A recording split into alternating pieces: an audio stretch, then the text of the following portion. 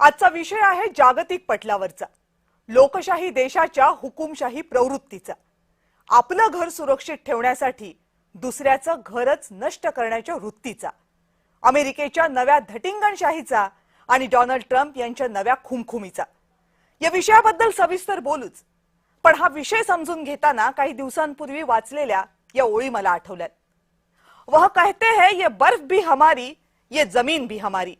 वह कहते हैं ये बर्फ भी हमारी, ये जमीन भी हमारी, मगर तारीख पूछेगी ये जीत किसकी निशानी थी।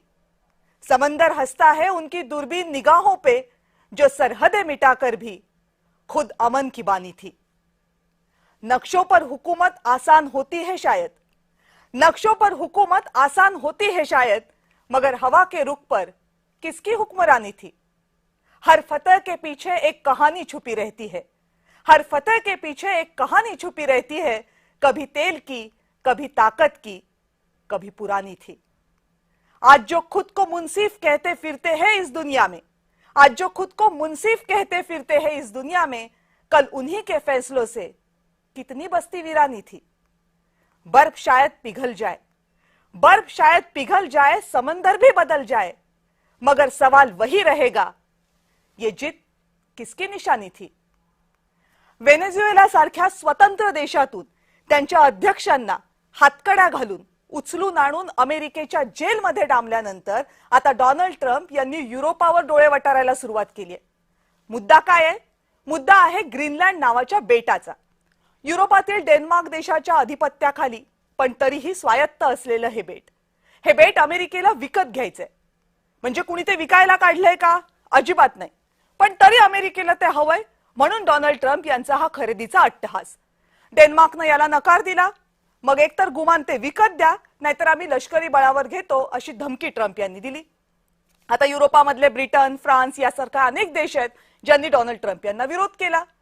मग डोनाल्ड ट्रम्प यांनी अगदी आपलं आवडतं अस्त्र काढलं, टॅरिफ अस्त्र, आणि विरोध करणारे जे कोणी देश असतील त्या सगळ्या देशांवर 10% टॅरिफची घोषणा केली।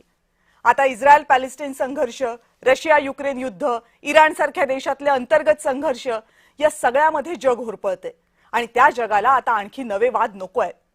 पण याचा अर्थ असा नाहीये की शांतीसाठी जगानं दादागिरी सहन करावी, कारण तसं झालं तर मग तारीख पूछेगी ये जीत किसकी निशानी थी।